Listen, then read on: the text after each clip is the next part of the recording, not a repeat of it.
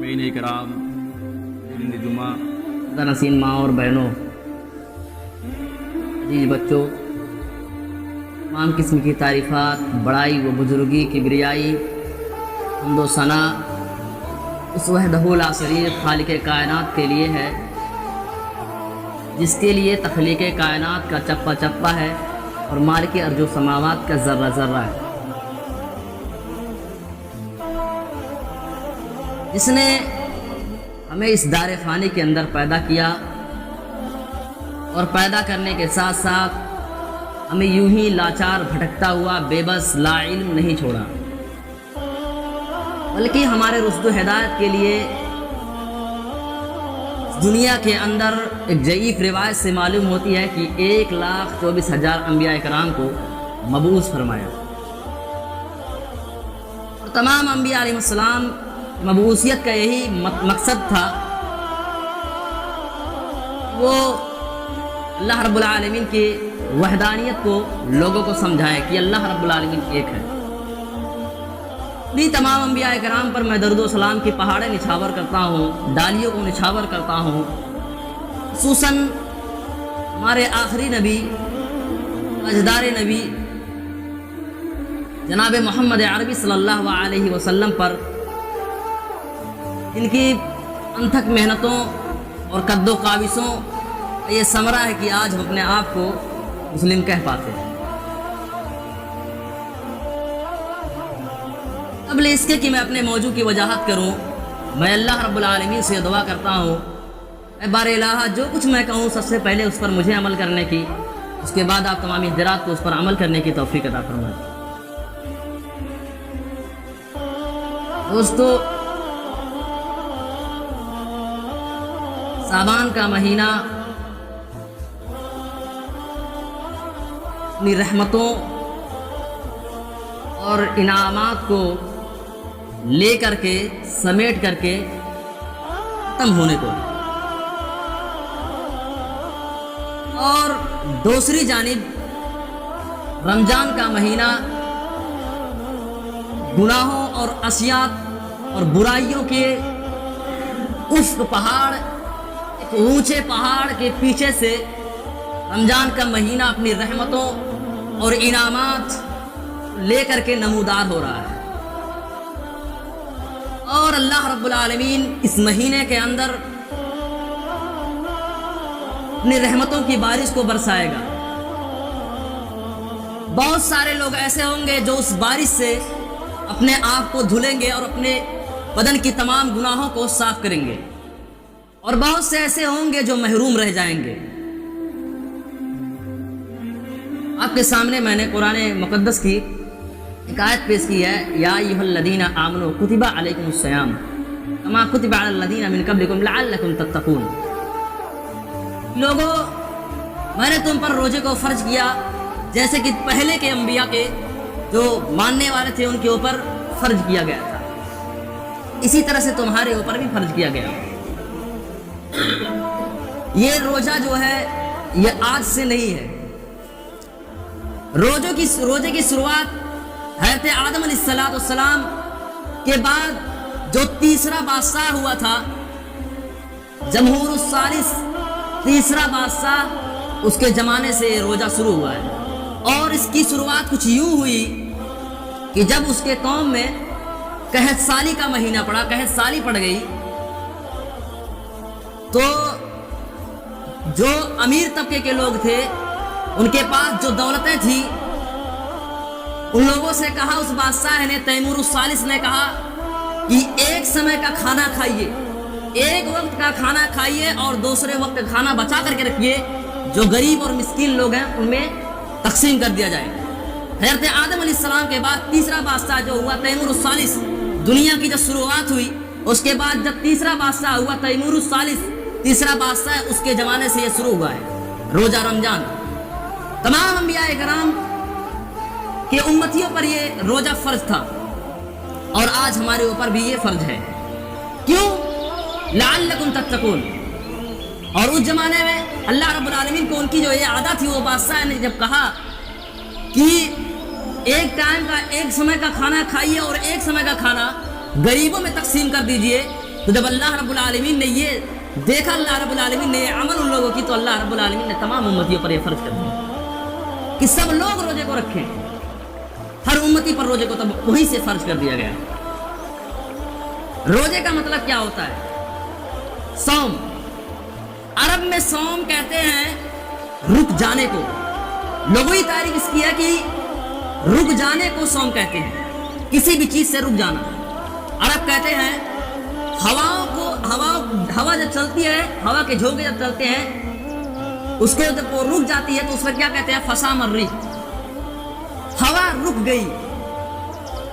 جب گھوڑا تیز چلتا ہے, تیز و ترار گھوڑا جب چلتا ہے, جب وہ رک جاتا ہے تو کہتے ہیں فسام الفرس, گھوڑا رک گیا. اسی طریقے سے رمضان کا مہینہ ہے. میں نے بہت سارے لوگوں کو دیکھا ہے جو پوری رمضان سے پہلے تمام مہینوں میں مسجد میں نہیں آتے, گناہوں میں ملوث رہتے ہیں, گناہوں میں لتا پوت رہتے ہیں, گناہوں میں ڈوبے رہتے ہیں. لیکن رمضان کے مہینے میں کیا ہوتا ہے؟ سب اللہ رب العالمین کو حضور آ کر کے اپنے سر کو ٹیک دیتے ہیں, گناہوں سے رک جاتے ہیں. یہی ہے رمضان. یہ سب رمضان, عبادت اور تمام چیزیں کیوں, کس لیے؟ روح کی تسکین اور بدن کی تکمیل اور اپنے آنے والے وقت میں اپنے جسم کے لیے کپڑا ہے. اس کو میں آپ کو بتا رہا ہوں وضاحت کے ساتھ.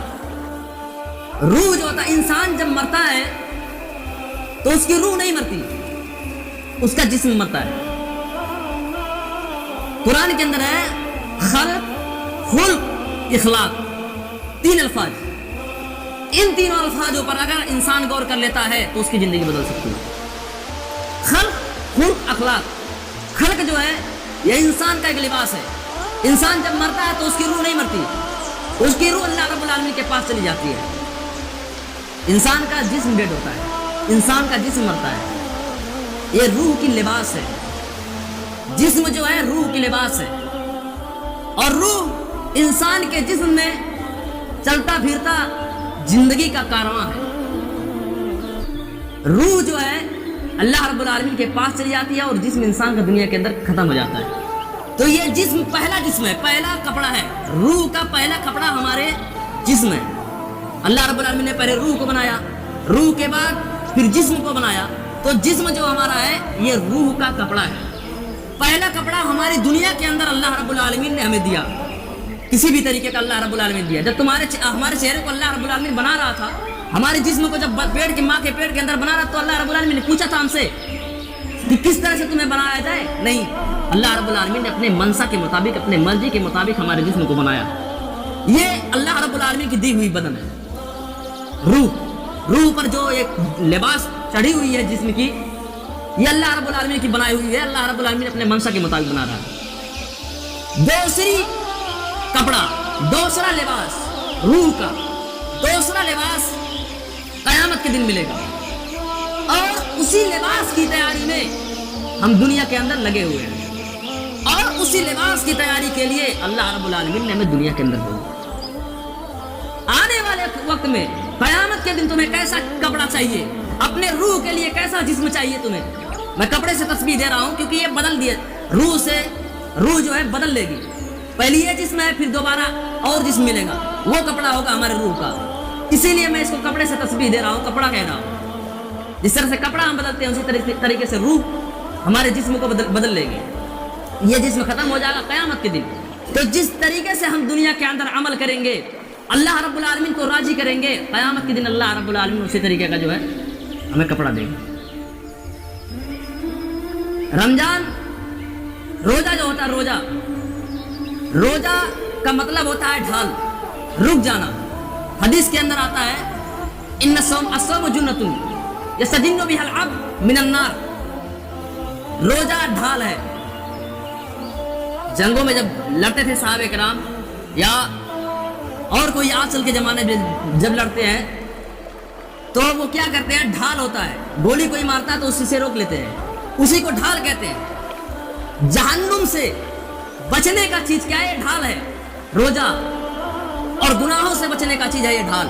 اور یہ روزہ اللہ رب العالمین کی بہت بڑی رحمت ہے کہ اللہ رب العالمین نے ہمیں روزے جیسی یہ نعمت دی, رمضان جیسا مہینہ دیا.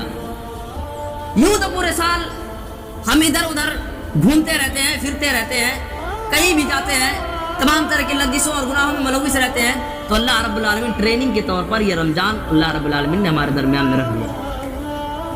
جس طرح سے ایک فوج ہوتی ہے, فوج کا کمانڈر فوج کو ریاضت سے, ان کو محنتوں سے, قد و قابضوں سے ان کو محنت کراتا ہے, اور محنت کرانے کے بعد اس کو فوج میں لے جاتا ہے. ایک فوج ہے, اگر اس کو ٹریننگ نہ دی جائے, وہ کھائے پیے, اس کے بعد میں کھانے پینے کے بعد اس کو میدان میں لے جایا جائے تو وہ کیسے لڑے گا؟ اس کا تو اتنا تو نکلا رہے گا, کیسے لڑے گا؟ اسی طریقے سے اللہ رب العالمین اس مہینے میں, تمام مہینوں میں سے اس مہینے کو چن لیا, اور اس مہینے میں اللہ رب العالمین ٹریننگ دے رہا اپنے بندے کو. اور جب اللہ رب العالمین پورے مہینے میں ٹریننگ دے رہا ہے, اور ٹریننگ کے بعد اگر بندہ, ٹریننگ کے بعد جب اس کی ایگزام ہوگی اور بندہ جب فیل نکلے گا, تو بتاؤ اللہ رب العالمین کے اوپر کیا گزرے گا؟ آپ عالم ہیں, اپنے طالب علم کو پڑھا رہے ہیں, اور پڑھانے کے بعد آپ ایگزام لے رہے ہیں, محنت خوب کیا, قد و قابض خوب کیا. مثال لو, کھیت میں میں نے گیہوں ڈالا, اس کی کاشتکاری کی, اس میں جو ہے تمام قسم کی دوائیوں کو ڈالا, اس کے بعد میں جب اس سے پھل نہ نکلے تو ہمارے دل پر کیا گزرے گی؟ اسی طریقے سے اللہ رب العالمین پورے رمضان کے مہینے میں اللہ رب العالمین ہماری ٹریننگ کراتا ہے. تمام مہینوں میں سے اس مہینے کو چن لیا اور ٹریننگ کرا رہا اللہ رب العالمین. اگر اس ٹریننگ میں ہم پاس نہ ہوئے تو پورے مہینے میں ہم برائی کریں گے. یہ رکنے کے لیے, گناہوں سے رک جانے کے لیے ٹریننگ ہے. میں نے حدیث کی آیت پیش کی نا, حدیث پیش کی نا, الصوم جنۃ یستجن بها العبد من النار.